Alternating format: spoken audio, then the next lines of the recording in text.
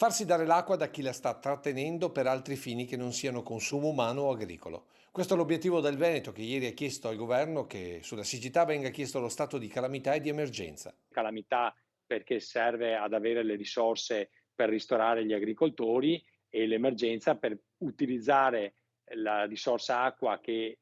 c'è ed esiste in alcuni bacini, per esempio montani, che grazie allo stato di emergenza può essere utilizzato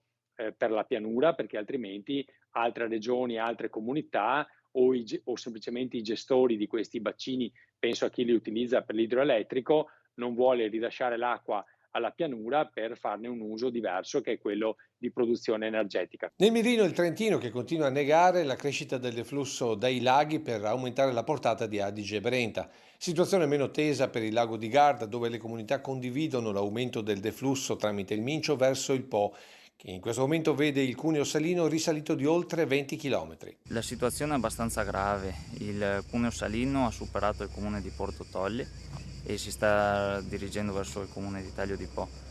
Le prese che pescano acqua dal Po sono ferme nel comune di Porto Tolle, verranno spente probabilmente a breve nel comune di Taglio di Po, e una volta che raggiungerà il comune di Corbola, dove ci sono le prese più a monte, e non saremo più in grado di irrigare. Credo rischiamo di perdere il raccolto di soia e mais, e ancora peggio il riso, data la tipologia di coltura che richiede molta acqua. E ritengo che avremo un'altra decina di giorni, massimo 2 settimane, di disponibilità di poter irrigare,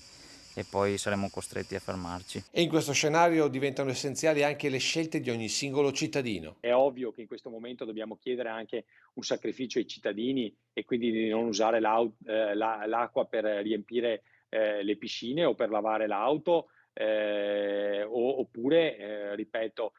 non arrabbiarsi se uscirà un provvedimento che ci obbliga a chiudere le fontane a getto continuo, perché bisogna rendersi conto che oggi come oggi quelle sono uno spreco che nel 2022 non possiamo più permetterci.